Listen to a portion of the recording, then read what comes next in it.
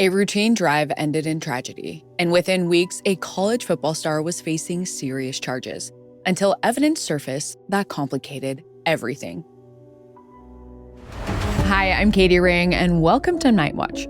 Make sure to hit subscribe. For Herman Hall and his wife Peggy, December 17th, 2024 was like any other day.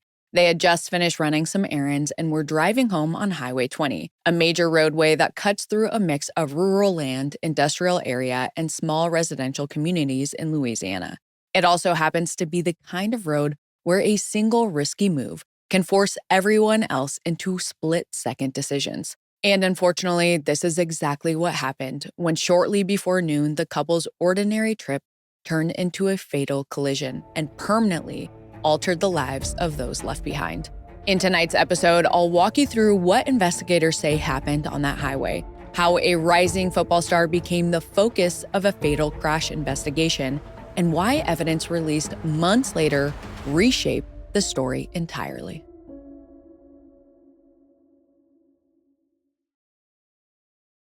Hi, I'm Katie Ring, and welcome to Night Watch. If you're looking for immersive true crime coverage and the stories behind the headlines, you won't want to miss an episode. Make sure to subscribe to my YouTube channel or follow me on Spotify. We have new episodes every weeknight. This episode discusses an active criminal case. The information we share is based on what's publicly available at the time of recording and may change as new evidence comes to light. We aim to inform, not to decide guilt or innocence. So everyone mentioned is presumed innocent until proven guilty in a court of law. At 78 years old, Herman Hall had already lived several lives. He served 2 tours in Vietnam and later worked 36 years in customs before retiring with his wife in Thibodaux, Louisiana. Friends and family described him as a steady, present, and devoted father and grandfather who was happiest spending time with family, tending to his garden, riding his bike, and having conversations that turned neighbors into friends. Everything changed for Herman and his wife Peggy while they were making a routine drive home on a December morning in 2024. That drive was interrupted by a catastrophic crash.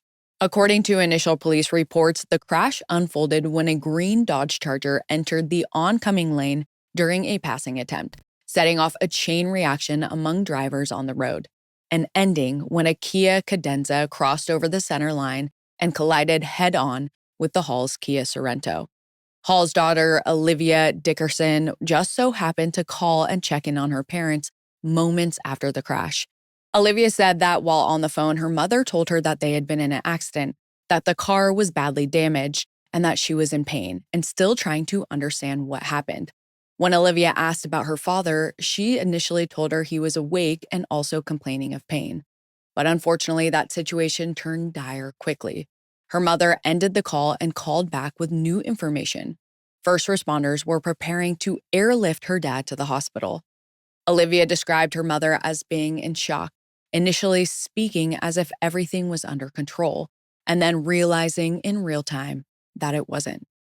Once Hall made it to the hospital, doctors told his family the heartbreaking news that no one wants to hear.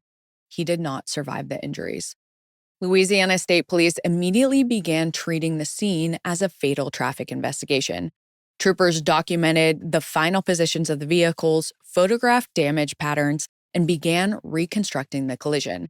Investigators then interviewed witnesses and began narrowing down the timeline and looking at what happened on Highway 20 in the moments leading up to the crash. In interviews at the scene of the crash, witnesses said that there was a green Dodge Charger that was driving aggressively, speeding, and passing them and multiple other cars in a no-passing zone in the Chack Bay area. According to investigators' theory, they believe that the Charger's alleged maneuver forced other drivers into evasive moves, setting off a chain of events that ended in a fatal crash. Investigators ultimately identified the person behind the wheel as 24-year-old Kyren Lacy. But before Kyren Lacy's name was ever linked to this case, he already was well known in Louisiana. An LSU wide receiver and a top NFL draft prospect. Lacy was a Louisiana native from Thibodaux, and he began his college career at the University of Louisiana at Lafayette, where he played 2 seasons and started building a name for himself as a receiver. In 2022, he transferred to LSU and stepped into a bigger stage in the SEC. Over time, he worked his way into a consistent role in LSU's offense, and by the end of the 2024 season, he announced he was declaring for the 2025 NFL Draft on December 19th, which happened to be 2 days after the crash. Despite the fact that it was the driver of the Kia Cadenza who crossed over the center line and collided with the Hall's vehicle in the fatal crash, and the fact that Lacy's vehicle did not collide with the victim's car or any other cars on the road, investigators were firm in their belief that the earlier driving incident warranted examination. Louisiana State Police continued gathering evidence. Troopers reviewed available video and physical evidence and interviewed witnesses who had been driving along Highway 20 that night. Fatal crash investigations can take longer than most people expect, especially when investigators and prosecutors are still reconstructing what happened and deciding whether the evidence supports criminal charges. But in this case, the timeline moved quickly, and on January 10, 2025, about 3 weeks after the crash, Louisiana State Police announced they had obtained an arrest warrant.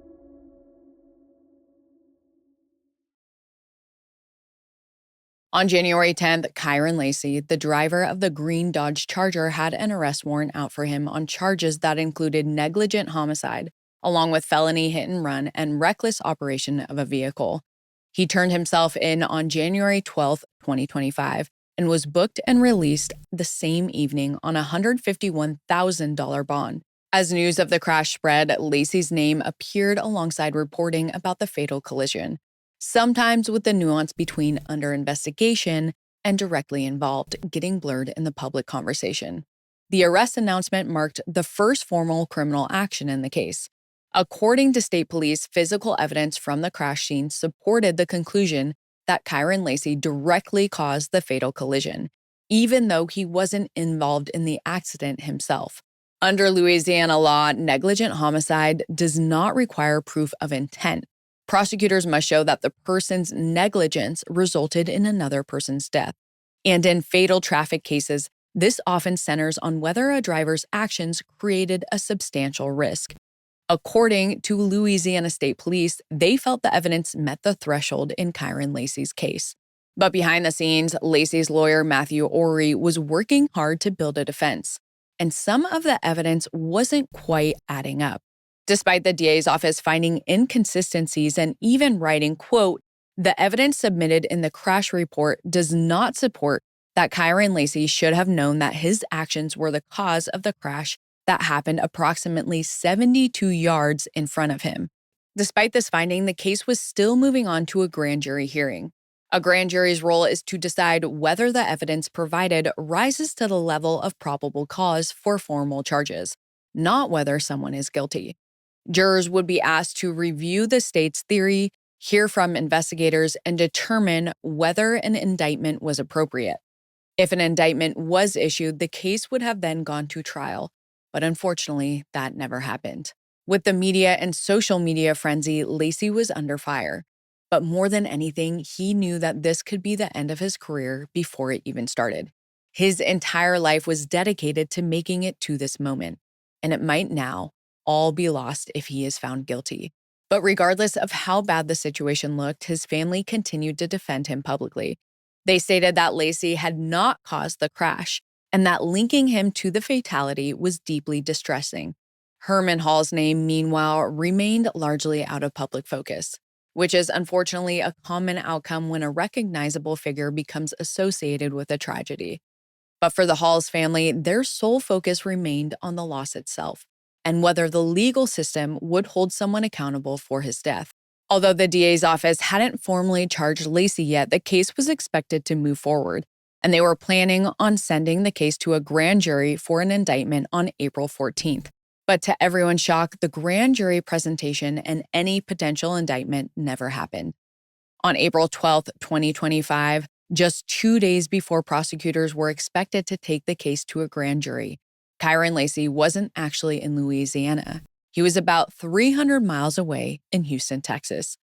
According to the Harris County Sheriff's Office, deputies responded late that night to a weapons disturbance call after a family member reported that Kyren Lacy had gotten into an argument and fired a gun into the ground. By the time deputies arrived, Lacy had already left in a vehicle. A short time later, authorities spotted the car and attempted a traffic stop, but officials say he fled, leading deputies on a pursuit. The chase ended when the vehicle crashed, and when deputies approached, they found that Lacy was inside the car with an apparent self-inflicted gunshot wound, and he was pronounced dead at the scene. Investigators also recovered a handgun from inside the vehicle. Harris County officials later say preliminary findings indicated he shot himself during the pursuit, before the crash, and that the body camera footage showed no shots were fired by police at the scene. News of Kyren Lacy's death prompted an immediate response from his family, from LSU, and from across the football world. Lacy's father, Kyren Lacy, shared a public message, urging parents to check on their children and to take mental health seriously, describing his son's death as a devastating loss and a reminder of how easily struggle can go unseen. In statements following his death, Lacy's family also said he had been feeling overwhelmed amid the circumstances surrounding the case. LSU released its own statement mourning Lacy and offering condolences to his family, teammates, and coaches. Across the football community, former teammates, fans, and commentators reacted with shock and grief. At the same time, public conversation reflected the complexity of the situation, with some focusing on mental health and others returning to the unresolved questions surrounding the crash that killed Herman Hall. Questions that, by that point, would no longer be answered in a courtroom. But months after Kyren Lacy's death, his lawyer did an interview and presented new evidence that changed everything.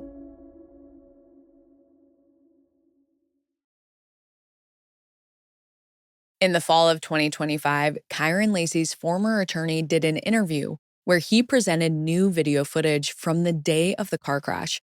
It shows the exact moment the fatal collision happens, but what stands out most is what isn't there. We'll play the clip now, so if you're listening, you can find it on our YouTube or Spotify video feed.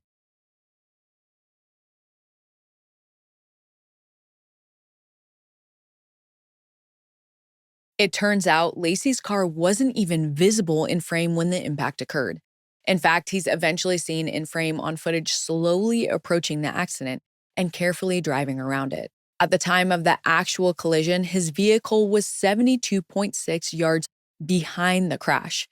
Lacy's lawyer admitted that he did pass multiple cars in a no-passing zone, but that he was back in his proper lane 100 yards before the crash. But the video release that caused the most uproar was the body cam footage of an officer getting a written witness statement from the car that was in front of the car that swerved across lanes, colliding with the Halls. Let's watch it now. That lady in the back of me, she didn't saw what was happening. That's how she called that record. She was running in the back of me. She pulled on the other side. The witness did say that he saw the Charger move into his lane to pass other cars, so he decided to brake and pull to the side of the road. But he also said that he thought the woman driving behind him wasn't paying attention and was responsible for the crash. However, the final statement written by the officer never mentions this, and the witness refused to sign the statement. According to black box car data, the woman behind him who collided into the Halls had been tailgating him, was eating while driving, and didn't brake until the very last half second. Lacy's lawyer claimed that the driver was tailgating and distracted and didn't swerve to avoid Lacy's maneuvers, but rather swerved to avoid hitting the truck in front of her. This matters because the state's theory had leaned on the idea of this chain reaction, that Lacy's alleged driving maneuver set off a sequence that ended in Herman Hall's death. The footage doesn't answer every question about the driving behavior or decision-making in the lead-up, but it does clarify something the public argued about for months. At the moment of the fatal crash, Lacy's vehicle is not shown near the collision, and there is no contact captured between his car and the vehicles that collided. And the timing of that clarity is hard to ignore. Lacy never saw it enter the public record.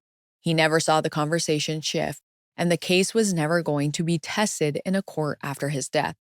For Herman Hall's family, the loss was the same before the footage and after it.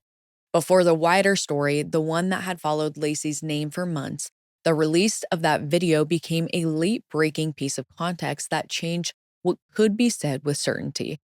With the release of the video footage, the focus of the story began to shift, not because the case was suddenly resolved, but because the questions had changed. For months, Kyren Lacy's name had dominated the narrative and shouldered all of the blame. But the video showing the moment of the collision without his vehicle anywhere in the frame complicated the idea that his driving was the main cause. If Lacy's car was no longer part of the immediate sequence at the moment of impact, then attention naturally turned back to the vehicles that were, specifically the Kia Cadenza that crossed the center line and collided head-on with the car Hall was riding in. Louisiana State Police have described the driver's maneuver as the direct cause of the fatal impact. But as of this recording, that driver has not been publicly identified, and no separate criminal charges against them have been announced. The legal focus of this case never moved beyond the arrest of Lacy. After his death, the criminal case against him could not move forward. Under Louisiana law, when a defendant dies before trial, any pending charges are dismissed automatically. That means that there was no trial, no jury, and no verdict. The case never reached the stage where evidence could be tested in court or where a judge or jury could weigh competing versions of what happened. It's also important to understand that while prosecutors were preparing to take the case to a grand jury, an indictment was never returned. So legally, this never reached the stage where a defense could challenge the state's theory through the full court process. Personally, I don't know how this would have played out in court. Lacy was absolutely in the wrong by speeding and passing cars in a no-pass zone. But with the distance given, would they have found that he was completely at fault? Or would the driver behind the truck have been found responsible? I think it might have been a mix of both, but we will never know. What that leaves us with is something that can feel uncomfortable. A case without a legal conclusion. Kyren Lacy was never convicted, but he was also never cleared by a court. And he never got to see the later footage become part of the public record or have it tested in court. And in the end, two families are left with very different kinds of grief. Herman Hall's family still mourning a life taken on an ordinary day, and Kyren Lacy's family mourning a young man whose life ended before the legal process could play out. Lastly, please drive safely. Getting to your destination seconds or even a few minutes earlier is not worth your life, or going to jail for being the chain reaction in a crash that takes someone else's life. And please always pay attention while driving, even if you have driven that road a million times before. As always, we'll keep you updated on our socials at Crimehouse 24/7 if there are any more developments in this case. What did you think of tonight's case? Drop your thoughts and theories in the comments. And if you liked this episode, there's more where that came from. Stay tuned for another deep dive into the world of college scandals tomorrow night. If you haven't already, make sure to subscribe to my YouTube channel at Nightwatch Pod. Thank you. It truly helps me out.